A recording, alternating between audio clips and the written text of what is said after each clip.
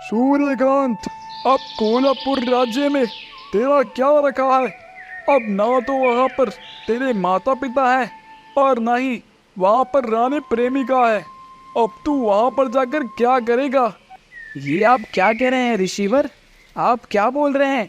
मैं कुछ समझा नहीं। मैं ठीक कह रहा हूँ बेटा। मैंने अपने दिव्य दृष्टि से देख लिया है।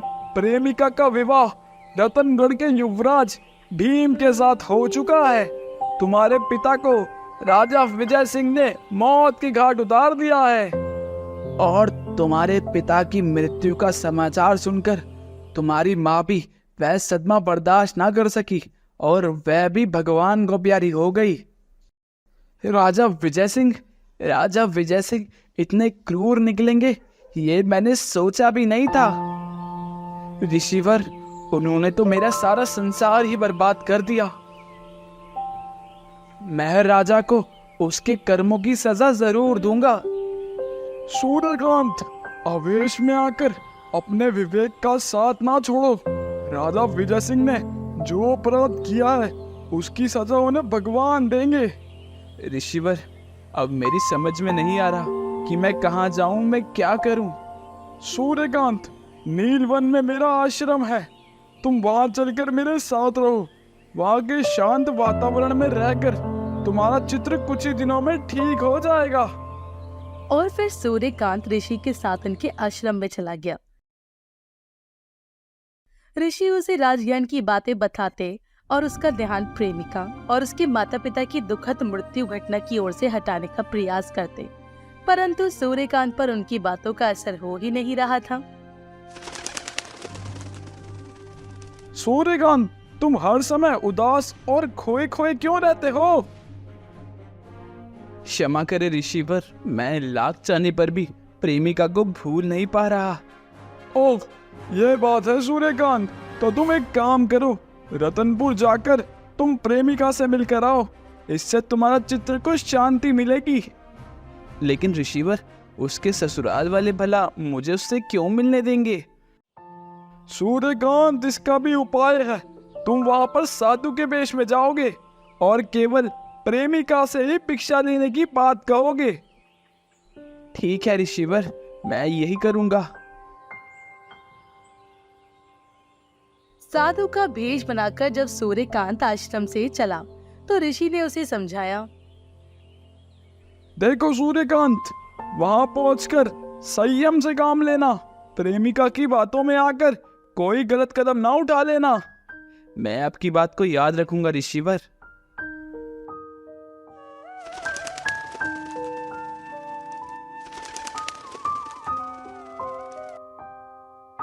रतनपुर पहुंचकर उसने महल के बाहर दरवाजे पर आवाज लगाई। तभी एक दासी मुद्राएं से भरी हुई थैली लेकर उनके पास आई। लो साधु महाराज, भिक्षा ले लो। दासी, इस भिक्षा को वापस ले जाओ। हमें तुम्हारे हाथों से भिक्षा नहीं चाहिए। सुना है कि युवराज का अभी अभी विवाह हुआ है। यदि हम भिक्षा लेंगे तो युवराज की नई नवेली दुल्हन से ही लेंगे, वरना खाली हाथ वापस चले जाएंगे। ये सुनकर दासी उल्टे पांव महल में वापस लौट गई। उसे वापस लौटते देख महारानी प्रेमा ने उनसे कहा, क्या हुआ, साधु महाराज को भिक्षा नहीं दी?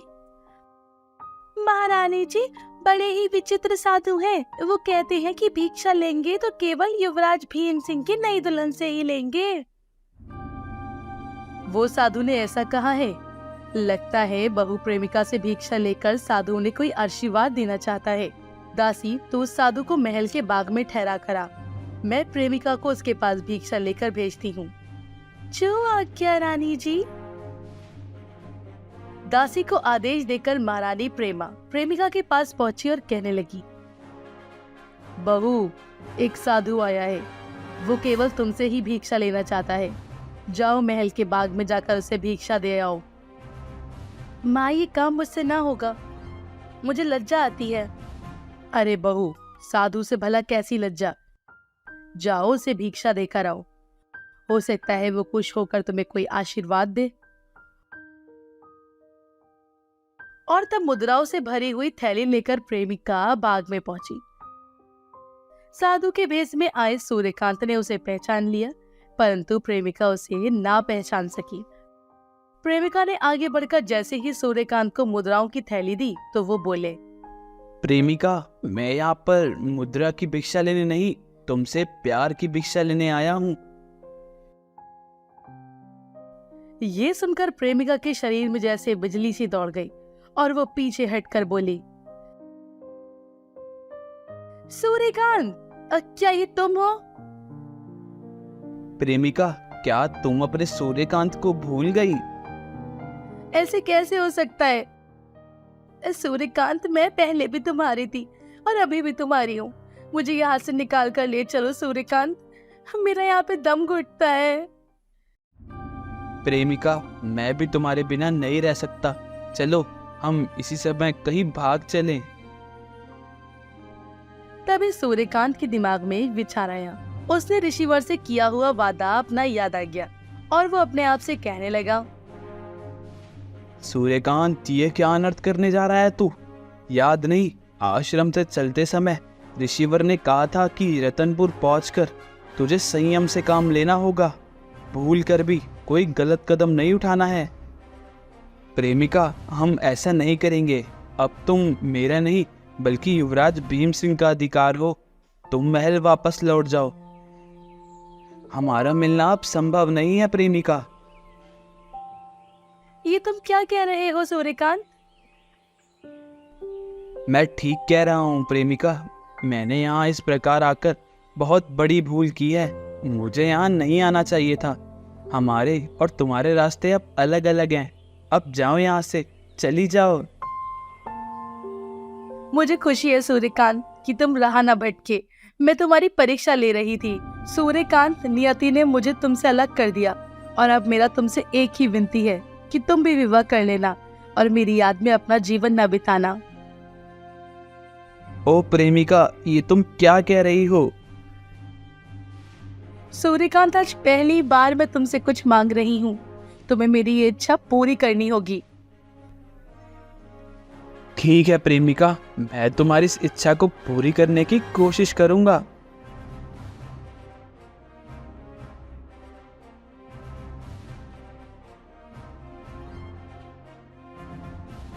और फिर सूर्यकांत वापस ऋषि के पास लौट गया। सूर्यकांत, अब तुम पहाड़गंज चले जाओ। पहाड़गंज? वो किस लिए ऋषिवर? क्या तुम्हें प्रेमिका की इच्छा पूरी नहीं करनी? वो चाहती थी ना कि तुम्हारा विवाह हो जाए। ओ, आप उस विषय की बात कर रहे हैं ऋषिवर। लेकिन ऋषिवर, प्रेमिका की इच्छा से पहाड़गंज राज्य का क्या संबंध है? बेटा, वहां की राजकुमारी बहुत ही सुंदर और बुद्धिमान है।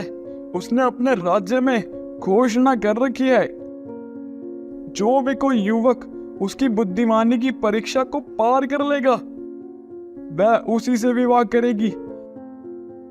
वह अब तक कई युवकों की बुद्धिमानी की परीक्षा ले चुकी है, परंतु कोई भी युवक उसकी परीक्षा को पार नहीं कर पाया।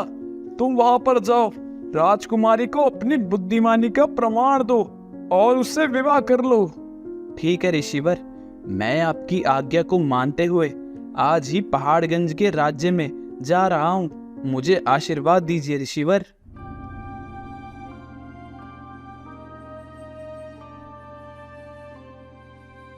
ऋषि का आशीर्वाद लेकर सूर्यकांत पहाड़गंज के राजा के सामने पेश हो गया। महाराज प्रणाम। मैं राजकुमारी की बुद्धिमानी की परीक्षा को पार करने के लिए उपस्थित हुआ हूँ महाराज। एक युवक, परंतु जानते हो ना, तुम्हारे से पहले भी कई युवक इस परीक्षा को पार करने के लिए आए हैं, परंतु असफल रहे। और फिर मदन सिंह उसे साथ लेकर राजकुमारी मायावती के कक्ष में जा पहुंचा। बेटी, ये युवक कहता है कि ये तुम्हारी बुद्धिमानी की परीक्षा को पार कर सकता है। सुनो युवक, मैं तुम्हें एक कहानी सुनाऊंगी। वो कहानी अधूरी होगी और उसी में मेरा प्रश्न भी छुपा हुआ होगा। यदि तुम मेरी कहानी को पूरा कर पाए और उस प्रश्न का उत्तर दे पाए तो मैं तुम्हारी बुद्धिमान का लोहा मान लूंगी और अपना पति तुम्हें स्वीकार कर लूंगी। ठीक है राजकुमारी जी, आप मुझे कहानी सुनाइए। तो सुनो, एक वक्त बहुत समय पहले की बात है। गोरखपुर नगर में रमेश नाम का एक भिखारी रहता था। उस भिखारी के साथ उसकी पत्नी और 2 बच्चे भी थे। भिखारी जगह जगह भीख मांगकर भीख इकट्ठा करता था और उसी से अपने परिवार का पालन पोषण करता था। एक बार की बात है, गोरखपुर में जबरदस्त अकाल पड़ गया और वहां के लोग भूखे मरने लगे। तब उन्होंने नगर छोड़कर दूसरे नगर जाने का फैसला किया। अपनी पत्नी और दोनों बच्चों के साथ लेकर गोरखपुर छोड़कर भिखारी मणिपुर राज्य पर जा पहुंचा। उस राज्य में चारों ओर संपन्नता और खुशहाली छाई हुई थी, तो वहां के लोगों से मांगने पर रमेश को दिन में काफी सारी भिक्षा मिल जाती थी। एक दिन जब वो पेड़ के नीचे बैठा भिक्षा मांग रहा था, तो पास से ही गुजरता हुआ एक राहगीर ने उससे पूछा, अरे भाई, तुम्हें तो दिन भर में काफी भिक्षा मिल जाती है, आखिर इतनी सारी भिक्षा का तुम करते क्या हो? भाई, मुझे दिन में जो भी भिक्षा मिलती है उसका एक हिस्सा मैं राक्षसी को दे देता हूँ, दूसरा हिस्सा किसी को उधार दे देता हूँ, तीसरा हिस्सा बहते पानी की धारा में बहा देता हूँ और चौथा हिस्सा मंदिर के देवता के भोग में खर्च कर देता हूँ। उसकी बातें सुनकर लोग आसपास के इकट्ठा हो गए और कहने लगे, ये क्या उत्पादक बातें कर रहे हैं? भला कहाँ है वो राक्षसी? कहाँ है बहता पानी की धारा? और कहाँ है वो मंदिर? लगता है ये भिखारी पाखंडी है, इसे पकड़कर राजा के दरबार में ले चलो, वहीं पर इसकी पोल खुलेगी। लोग उसे पकड़कर मणिपुर के राजा के दरबार में पहुंच गए। कौन है ये और तुम लोग इसे यहाँ पर लेकर क्यों आए हो? महाराज, हमें ये कोई बहुत बड़ा पाखंडी लगता है। सारी बात जानने के बाद राजा को भी रमेश की बातों का कोई मतलब समझ में नहीं आया, तो उसने गुस्से में आकर रमेश से कहा, तुम्हारे कहने का मतलब क्या है? साफ साफ हमें बताओ, वरना हम तुम्हें मौत के घाट उतार देंगे। इतनी कहानी कहकर राजकुमारी चुप हो गईं। तो अब तुम ये बताओ कि राजा को रमेश ने क्या उत्तर दिया? क्या राजा ने रमेश को मौत के घाट उतार दिया? यही है मेरा प्रश्न, जल्दी से इसका उत्तर दो। सूर्यकांत 2 क्षण के लिए सोचने लगा और फिर बोला, राजा, मैंने कहा था कि अपनी भिक्षा का एक हिस्सा मैं राक्षसी को देता हूँ, और वो राक्षसी और कोई नहीं, मेरी पत्नी है। उसे सिर्फ खाना, पहनना और सोना ही आता है, दिन भर वह कोई काम नहीं करती। राजा, उधार मैं अपने बेटे को देता हूँ, अभी वो छोटा है। मैं अपने हाथ पैर चलाकर उसे खिलाता हूँ। जब मेरे हाथ पैर थक जाएंगे और वह जवान हो जाएगा, तब वो मुझे कमा कर खिलाएगा। इसे मैं उधार देना कहता हूँ। राजा, मेरी लड़की भी है, भीख का तीसरा हिस्सा वो खा जाती है। अभी वो छोटी है, जब सयानी हो जाएगी और कमाने खाने योग्य होगी तो अपने पति के घर चली जाएगी। यह सब जानते हुए भी मैं उसे खिलाने का मतलब बहते पानी में भीख का तीसरा हिस्सा फेंकना हुआ कि नहीं? राजा बड़े ही ध्यान से रमेश की बातें सुन रहे थे। अच्छा, ये बताओ कि किस मंदिर के देवता को तुम प्रतिदिन भीख के चौथे हिस्से का भोग लगाते हो? राजा, यह अदम शरीर ही मेरा मंदिर है और मेरे प्राण उस मंदिर के देवता हैं। अगर मैं रोज इस मंदिर और देवता को भोग ना लगाऊंगा तो सारा खेल ही बिगड़ जाएगा।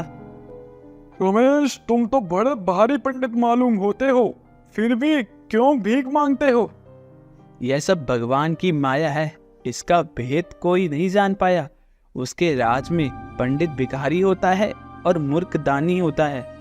उसके राज में बगुला सफेद रंग का होता है और कोयल काली। उसके राज में पेड़ों में छोटे छोटे फल लगते हैं और बेलों में बड़े बड़े फल लगते हैं। राजा, भगवान की महिमा अपरंपार है, कहाँ तक उसका वखान करूं? भिखारी रमेश की चतुराई भरी बातें सुनकर राजा को बहुत ही प्रसन्नता हुई और उसे बहुत सी दक्षिण देकर उसे विदा कर दिया। सूर्यकांत की बातें सुनकर राजकुमारी बहुत ही प्रसन्न हुई और कहने लगी, युवा, तुमने अपनी बुद्धिमानी से मेरा प्रश्न का बिल्कुल सही उत्तर दिया। ये सुनकर वहाँ पर उपस्थित राजा मदन सिंह भी बहुत खुश हुआ और कहने लगा, युवक, तुमने मेरी बेटी के कठिन प्रश्न का उत्तर देकर अपनी बुद्धिमानी का परिचय दिया है। अवश्य मेरी बेटी तुम्हारी हुई। अब मैं तुम दोनों का विवाह बड़े ही धूमधाम से करूंगा। इसके पश्चात एक बड़े ही अच्छे मुहूर्त पर राजकुमारी और सूर्यकांत का विवाह हो गया। विवाह के पश्चात राजा मदन सिंह ने अपने जमाई को ही अपना उत्तराधिकारी बना दिया। बेटा सूर्यकांत, मेरी बेटी मायावती के अलावा मेरा और कोई संतान नहीं है, इसलिए मैं अपना पूरे राज्य तुम्हें सौंपता हूँ। और फिर सूर्यकांत राज्य के राजा बन गए और दूसरी तरफ राजा विजय सिंह, जिसने सूर्यकांत के पिता की हत्या की थी, उस पर तो जैसे मुसीबतों का पहाड़ टूट पड़ा।